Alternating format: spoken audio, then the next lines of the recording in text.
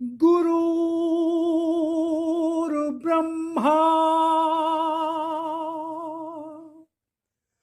गुरुर्विष्णु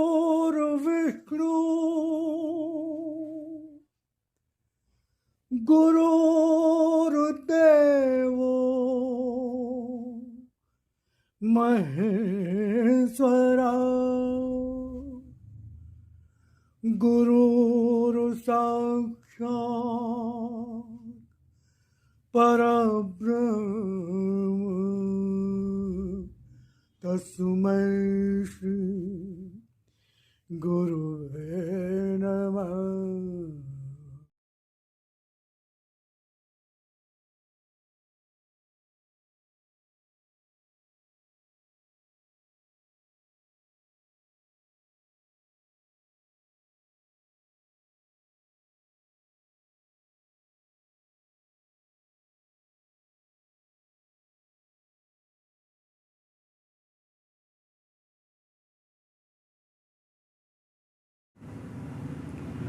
जय राम जी की ओम शिवारी। नमस्कार। पूरी उम्मीद है, आशा है कि आप ईश्वर कृपा से आप सब परिवार आनंद से होंगे। तो आज हम भगवत चर्चा करेंगे वचनामृत निझाणी 14 अक्टूबर। तो वचनामृत निझाणी 14 अक्टूबर में भगवान ने अपनी वाणी में कहा कि जीवन की हर स्थिति तुम्हारी मुझ तक आने के लिए होगी, रोकने के लिए। जीवन की हर स्थिति तुम्हारी मुझ तक आने के लिए होगी, रोकने के लिए। मुझ तक आने के लिए होगी, रोकने। भगवान की वाणी उनके लिए है जो सांसारिक दुख कष्टों से मुक्त होना चाहते हैं, जो भगवान को जानना चाहते हैं, पहचानना चाहते हैं, भगवान की शरण में आना चाहते हैं, जो इस जीवन का सर्वोत्तम लाभ प्राप्त करना चाहते हैं, जीवन को सार्थक बनाना चाहते हैं, जो मनुष्य जीवन का जो मुख्य उद्देश्य है, मुक्ति,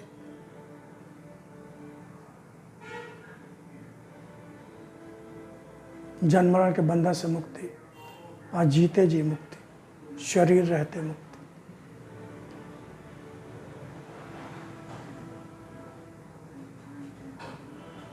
उनके लिए भगवान की वाणी है, जो भक्ति करना चाहते, भगवान के अनुसार भक्ति करना चाहते हैं, भगवान के हिसाब से भक्ति करना चाहते हैं, अपनी मन मर्जी से भक्ति करना चाहते हैं तो कोई प्रॉब्लम नहीं है। भगवान ने कर्म स्वतंत्र दिया है, तो कोई और क्यों बंधन डालेगा, कोई और क्यों मजबूर करेगा। आपका जीवन है, जैसे चाहे वैसे जिए। लेकिन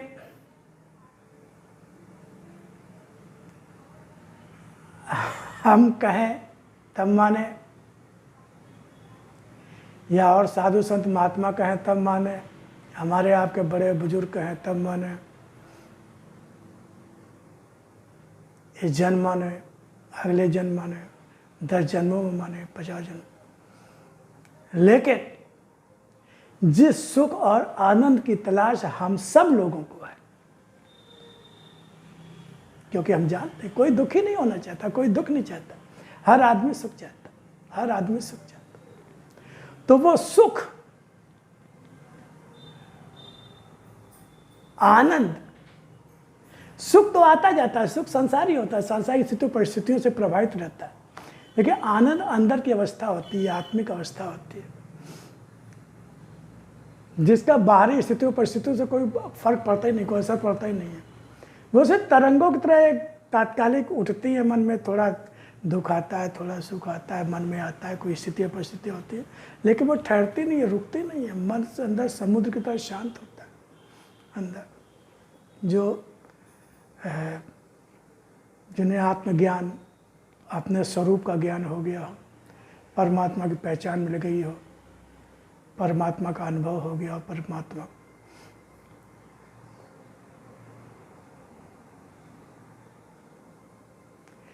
तो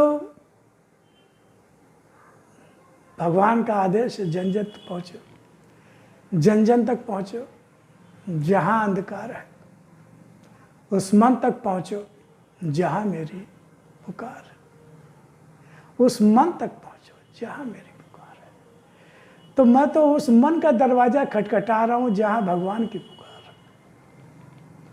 है। भगवान के आदेश से मैं तो उस मन का दरवाज़ा खटखटा रहा हूँ जहाँ पर भगवान के प्रति पुकार हो।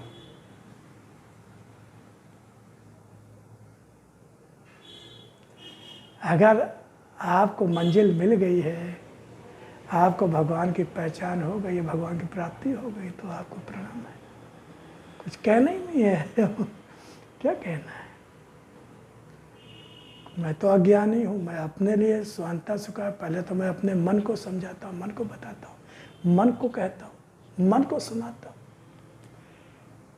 सबसे पहले तो मैं अपने मन को सुनाता हूँ, क्योंकि मुझे तो ज़रूरत है, मुझे तो चाहिए, मुझे तो अभी आनंद चाहिए। अगर आपको मिल गया है तो कोई बात नहीं, अच्छी बात है। मेरे वंदन के योग्य है आप। वंदना करता हूं मैं आपकी।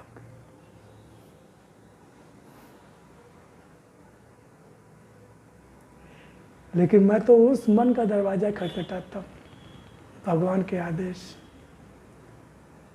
भगवान की कृपा, जिस मन में भगवान की पुकार हो। तो भगवान ने कहा कि जीवन की हर स्थिति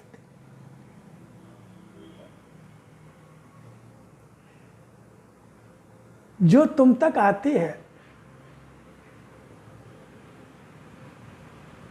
वो तुम्हें दुख देने नहीं आती, कष्ट देने नहीं, बल्कि मेरी ओर लाने के लिए होती है, मेरी ओर लाने के लिए होती है, रोकने के लिए नहीं। मेरे ओर लाने के लिए होगी, मेरे मुझ तक लाने के लिए होगी। जीवन की हस्ती मुझ तक लाए, क्योंकि भगवान ने ये वाणी उनको सुनाई जो भगवान की भक्ति करना चाहते, जो संसार के दुखों से मुक्ति चाहते हैं, जो जन्म मरण के बंधन से मुक्त होना चाहते, जो सदा आनंदित रहना चाहते, जो सदा प्रसन्न रहना चाहते।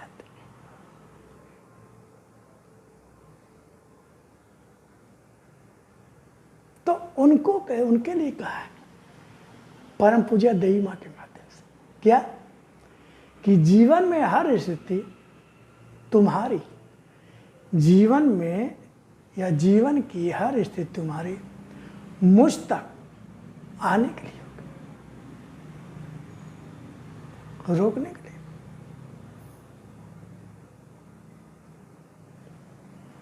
कोई भी स्थिति हो, कोई भी स्थिति हो, उसका परिणाम ही ये तय करता है कि वो स्थिति अनुकूल थी कि प्रतिकूल थी। कोई भी स्थिति हो, उसका परिणाम ही तय करता है कि वो स्थिति अनुकूल है कि प्रतिकूल है।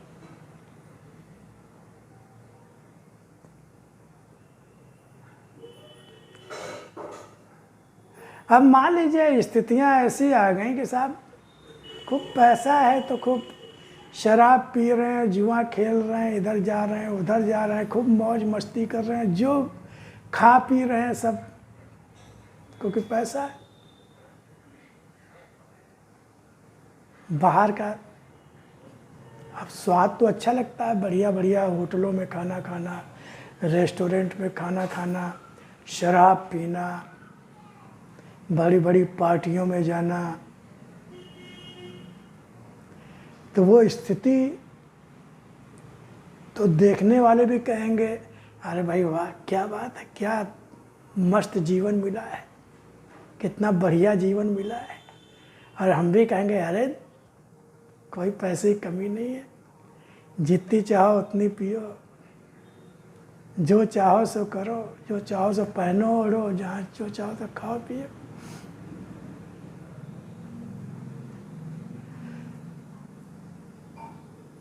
लेकिन परिणाम जो जीवन का अंत समय आता है, जीवन का अंत समय आता है, या कोई बीमारी लग जाती है, भाई खूब शराब पी रहे, खूब खा पी रहे, तो पेट तो मशीन है, वो तो रोग आएंगे।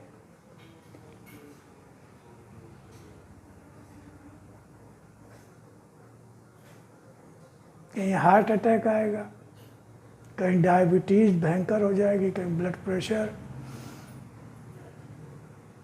कहीं कैंसर, कहीं लीवर का कोई, किडनी का कोई रोग हो जाएगा, किडनी फेल हो जाएगी। तो ये तो परिणाम है ना। तो जब ये परिणाम सामने आएगा तो कौन कहेगा कि वो स्थिति बहुत शुभ थी, बहुत अच्छी थी, बहुत बढ़िया थी। और दूसरी तो वो आदमी जिसके पास सीमित पैसा है, लिमिटेड पैसा है, जो बस अपना रोटी दाल खाता है, कभी थोड़ा बहुत घी मिल गया या सब्जी,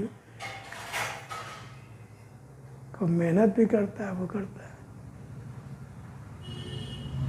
तो जब वो उल्टा सीधा उसको खाने को मिला ही नहीं, उसने उल्टा सीधा कुछ खाया ही नहीं, शराब पीने के पैसे ही नहीं थे, उल्टा सीधा बाहर का सामान चीज़ खाने के पैसे ही नहीं थे, तो उसको रोग क्यों होगा। तो जिस समय एक व्यक्ति अस्पताल में पड़ा होगा, अपनी मृत्यु का इंतजार कर रहा होगा, डॉक्टर ने हाथ खड़े कर दिए होंगे, लाखों रुपया जितना कमाया वो सब खर्चा हो गया, क्योंकि एक एक ऑपरेशन में, एक एक सर्जरी में सब 10-10, 20-20 लाख रुपए खर्चा होते हैं, लाखों रुपए।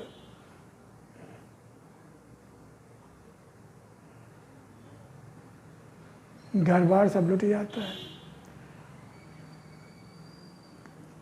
तो घर परिवार भी तबाह हो गया, खुद मृत्यु का इंतजार कर रहे हैं। और दूसरा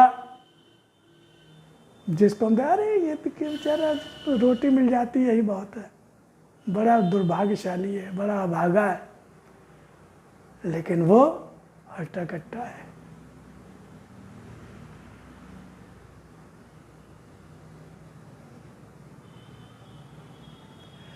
तो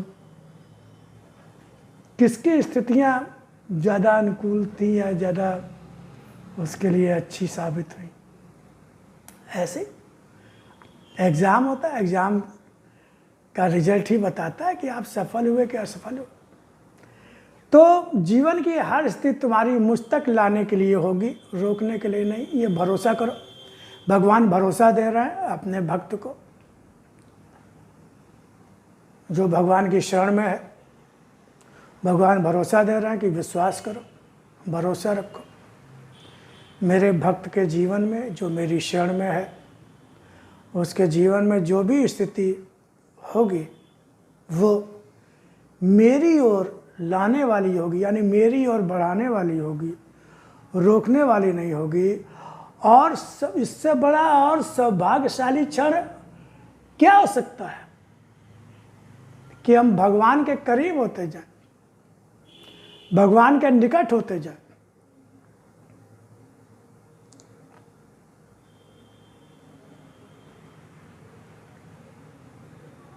भगवान जो सर्वशक्तिमान है, उससे ज्यादा कोई शक्तिशाली पूरे विश्व में नहीं,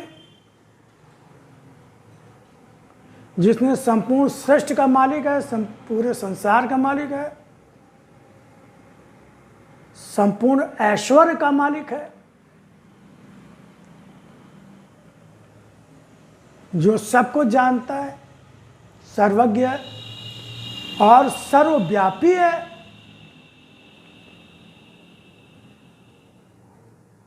अगर ऐसी शक्ति का संरक्षण मिल जाए, ऐसी शक्ति का साथ मिल जाए, ऐसी शक्ति से अपना संबंध मजबूत होता जाए,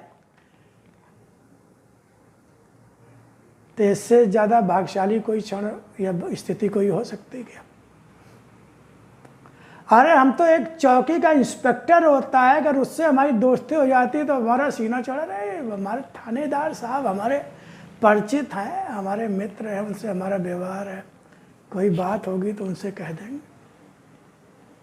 अरे कारपोरेटर, एमएलए, मंत्री से हमारी जान पहचान निकल आती है, हमारे गांव देहात का निकल आता है तो हम बहुत चौड़े से चलते हैं, अरे मंत्री जी हमारे गांव के, मेरा कोई क्या बिगाड़ेगा।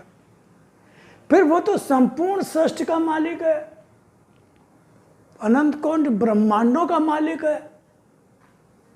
अगर उससे हमारा संबंध हो जाए, उससे हमारी निकटता हो जाए, हम उसके निकट होते जाएं,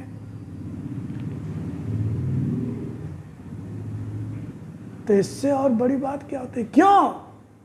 क्योंकि जब कोई साथ नहीं देता, कोई मंत्री, मिनिस्टर, रुपया, पैसा, धन दौलत, व्यवहार, ये वो काम नहीं आता, तो भगवान याद आता है। डॉक्टर भी कहता भगवान को याद करो। जब स्थितियां आउट ऑफ कंट्रोल हो जाती हैं, तब पुलिस वाला भी कहता, वकील भी कहता, अब तो भगवान ही बचा सकता, भगवान के अलावा कोई नहीं बचा सकता।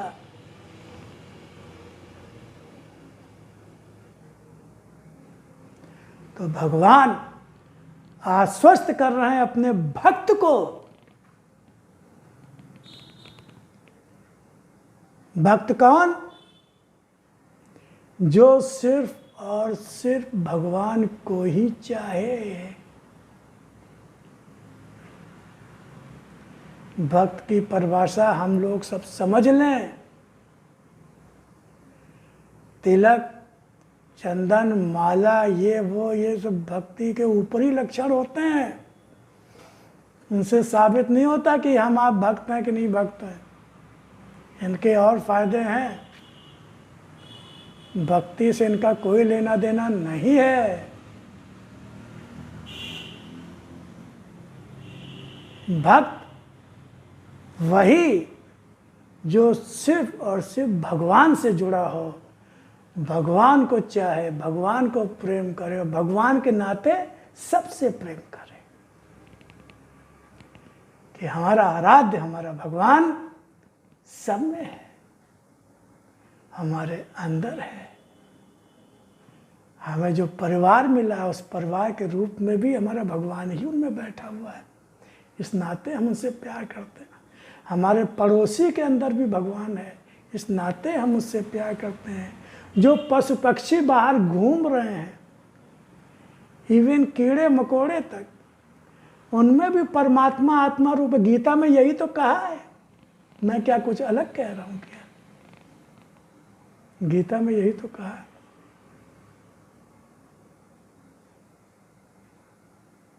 मैं सब में आत्मा रूप में समान रूप से व्याप्त हूं, सब में, कम ज्यादा नहीं कि मनुष्य में ज्यादा, पेड़ पौधों में कम, या पशु पक्षियों में, कीड़े मकोड़ों में कम, समान रूप से व्याप्त हूं।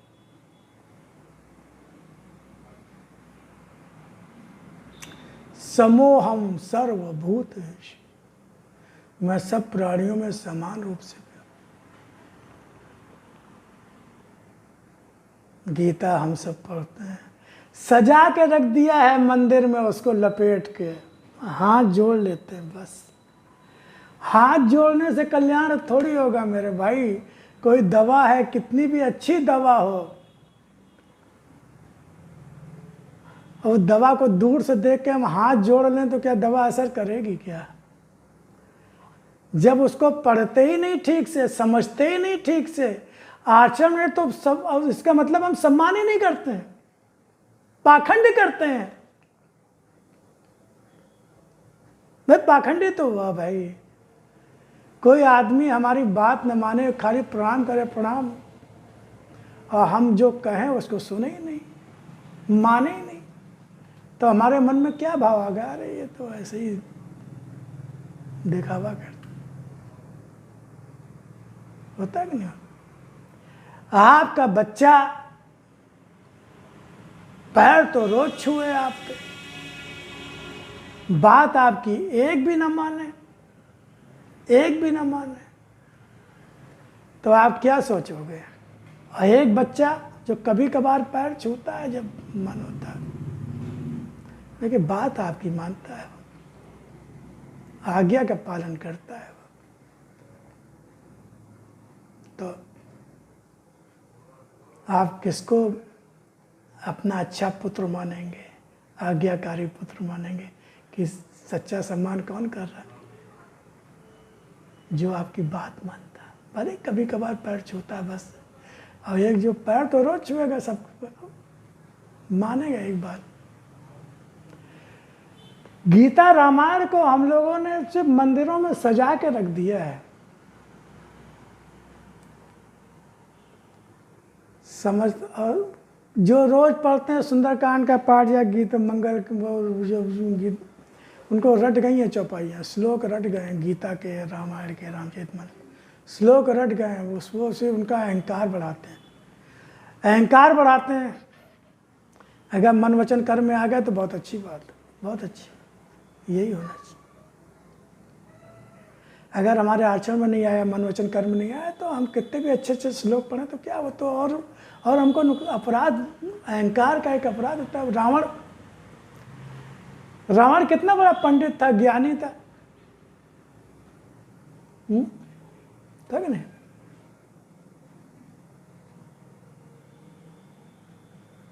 शिव तांडव स्रोत का उसने रचना की, सब कुछ किया, बहुत बड़ा भक्त था। लेकिन क्या था वो?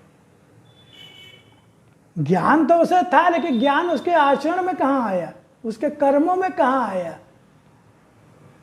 बल्कि मैं इतना बड़ा ज्ञानी, मैं पंडित, महापंडित, ये वो, इतना बड़ा ज्ञानी, शक्तिशाली, ये वो सब, अहंकार, अहंकार विनाश हो गया उसे। ज्ञान ने नहीं बचाया उसको, क्योंकि ज्ञान को उसने धारण ही नहीं किया। इसीलिए कहीं कहीं गधे का सिर भी दिखाते हैं उसके ऊपर। अब उसका मतलब और क्या होगा मुझे पता नहीं, लेकिन मैं तो ये पता हूँ कि इतना सब होने के बाद गधे की तरह उसके ऊपर सारा विद्वत्ता और ज्ञान सब लदा हुआ था, विद्वत्ता ज्ञान लदा हुआ था। लेकिन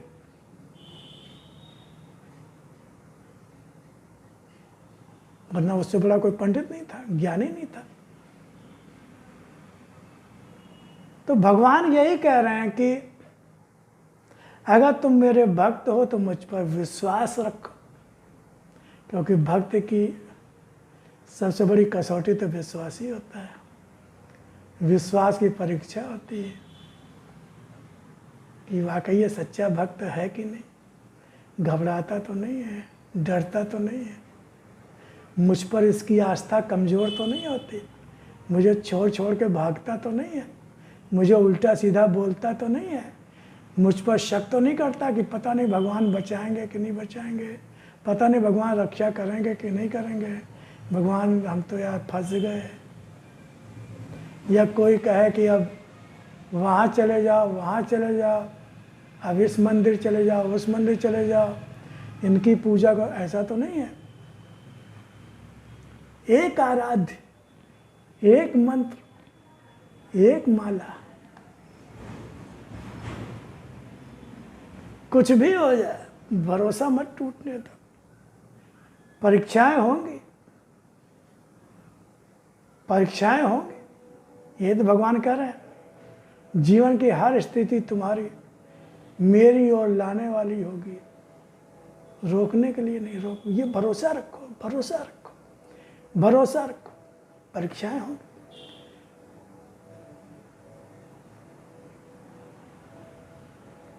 कोई चीज़ फायर प्रूफ है कि नहीं? फायर प्रूफ कैसे पता चलेगा? जब उसको आग में डालेंगे। वाटर प्रूफ है कि नहीं? कैसे पता? जब उसे पानी में डालेंगे। ऐसे ही भक्त निर्भय निश्चिंत तो है कि नहीं? उसका भरोसा तो ऐसी स्थितियां उसके जीवन में आएंगी, विपरीत, भयंकर, विकट, जिसमें एक आम आदमी होगा, साधारण आदमी होगा, जो जिसने नई नई भक्ति होगी, देख सुनी भक्ति होगी, जिसमें भक्ति अभी कमजोर है, वो तो घबरा जाएगा, डर जाएगा।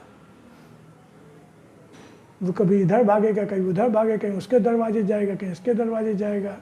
भगवान को अरे तुम्हारी भक्ति करने से क्या फ़ायदा, मंदिर जाने से क्या फ़ायदा, आरती पूजन करने से क्या इसीलिए हम सत्यनारायण की कथा करवाते थे, क्या इसीलिए अखंड रामायण का पाठ करवाते थे, क्या इसीलिए मंदिर जाते थे, क्या इसीलिए मंदिर बनवाया। पोल खुल जाती है, नकाब उतर जाता है। और जो है चाहे जितनी भगवान पे आस्था उसकी दिखती नहीं है। मीराबाई और बहुत से भक्त हुए, कितने कष्ट दिए उनके ससुराल में, उनके देवर में, कितने कष्ट दिए, लेकिन उनकी आस्था कभी कमज़ोर नहीं हो, कभी कमज़ोर नहीं। जहर का प्याला दिया, भयभीत नहीं, डरे नहीं कि अरे हम मर जाएंगे।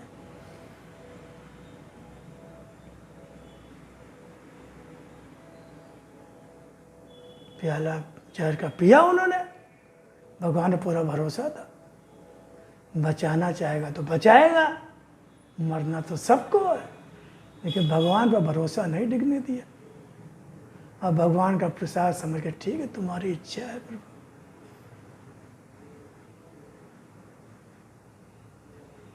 उनका बाल बांका नहीं। तो वो स्थिति ने उनको और भगवान के करीब किया, उनकी निष्ठा और बढ़ गई, बढ़ जाएगी ना। जहर का भी असर नहीं हुआ तो और ज़्यादा मस्त हो गई, और ज़्यादा डूबी तो पहले से ही थी, और ज़्यादा डूब गई। और लोगों का भी भरोसा बढ़ा, देखने सुनने वालों का भी भरोसा बढ़ा। तभी तो उनकी मान्यता हुई कि भाई मीरा जी जैसा कोई भक्त नहीं। हनुमान जी के जीवन में देखो कैसी कैसी विकट स्थितियां आई, जब लगा कि अब तो कोई रास्ता ही नहीं है, लेकिन भगवान राम पर उनका अटूट विश्वास था। जहां वो राम राम राम, तो उनमें अदम्य साहस शक्ति। तो क्या वो स्थितियां उनको रोकने के लिए आई हैं? रोकने के लिए आई। हम सब लोग पढ़ते हैं, ऐसा नहीं मैं कोई नई बात बता रहा हूँ, मैं कोई नई बात तो नहीं बता रहा हूँ, सब मालूम है, लेकिन उससे हम जितना सीखना चाहिए सीखते नहीं है, सीखते अपने जीवन में नहीं लाते। अरे हम तो आम आदमी, अरे भैया हमसे क्या होगा, अरे हम कहाँ हो सकते। अरे भाई आप ही जैसे तो सब थे, वो भी ऐसे ही पूछते तो हम ही आप जैसे रह जाते। अगर यही सोचते तो हमें वो भी हमारे जैसे रह जाते। भाई सत्य तो हर एक अंदर है, आत्मा रूप में परमात्मा तो हर एक अंदर है।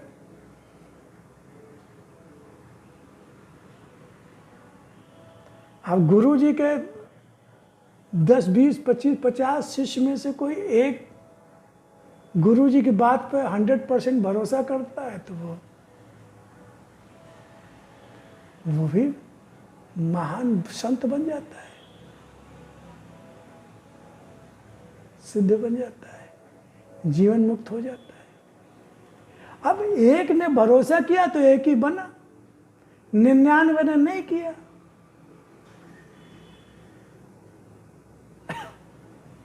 गुरु जी ने तो सबके लिए समान रूप से कहा ना, सबने सुना, लेकिन एक ने माना पूरी तरह से, 99 ने नहीं माना, या माना तो थोड़ी दूर चले रुक गए, कुछ और चले फिर रुक गए, कुछ और चले फिर रुक गए, लेकिन एक नहीं, चलता रहा। उसके सामने बहुत सी स्थितियां परिस्थितियां आई, बहुत सी कठिनाइयां आई, बहुत संघर्ष आए।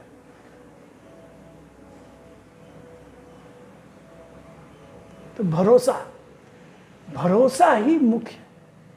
भगवान का सर्वत्र मुझे देखो, सब में मुझे देखो, हर स्थिति परिस्थिति में मुझे ही देखो। जब मेरे अतिरिक्त कहीं कुछ है ही नहीं, मैं ही सब कुछ हूं, सब मेरा ही न्याय रूप है।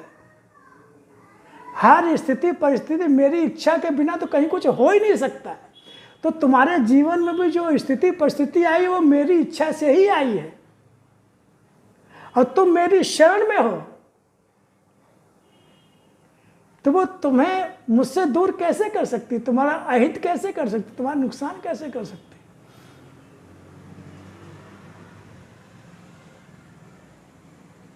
और भक्त का तो भगवान ने कहा मेरे अतिरिक्त कुछ होता ही नहीं। वो तो अपने शरीर को भी अपना नहीं मानता है, अपने परिवार को भी अपना नहीं मानता, सब मेरा ही मानता है कि शरीर भी भगवान का, परिवार भी भगवान का, रुपया पर जो कुछ भी है सब कुछ भगवान का है। तो जब सब कुछ भगवान का है तो भगवान जब चाहे ले, जब दे, जब चाहे दे, जैसे चाहे रखे, जैसे उससे कोई मतलब नहीं। वो तो बस एक केयर टेकर की तरह जो जितनी उसको साधन सुविधाएं होती है उस हिसाब से वो देखभाल करता रहता है, वो भी भगवान को अर्पण करता है। आप जानो, आप जानो, इतना ही हुआ, अब आप जानो। और वो भी अपने को कर्ता मानता नहीं है, वो अपने कर्ता क्यों। और यही वास्तविकता होती है कि हम कर्ता कहाँ हैं, हमारे में कुछ शक्ति सामर्थ्य बल हमारा कुछ अपना है ही नहीं। बुद्धि विवेक जो कुछ भी दिया सब भगवान का दिया हुआ, ये पूरी तरह से मान लोगे तो फिर कर्ता भाव तो अपने आप खत्म हो जाएगा। दृष्टा भाव सब हो रहा है, होने में प्रसन्नता, करने में सावधानी। तो करने में क्या सावधानी कि अपने को कर्ता नहीं मानना। करने में सावधानी मतलब अपने को कर्ता नहीं मानना है, लोभ लालच में स्वार्थ में कोई कर्म नहीं करना है, किसी को जानबूझ के अपने स्वार्थ में दुख नहीं देना, कष्ट देना, किसी को धोखा नहीं देना, कुछ नहीं रखना। सेवा भाव, त्याग का भाव, सेवा भाव, त्याग का। तो इसको हम ध्यान रखेंगे, स्मरण रखेंगे कि जीवन की हर स्थिति तुम्हारी मेरे मुझ तक आने के लिए होगी, रोकने के लिए नहीं होगी। तो इसको ध्यान रखेंगे कि सब कुछ भगवान की इच्छा से हो रहा है, तो उसमें कल्याण ही है। ओम शांति, ओम शांति।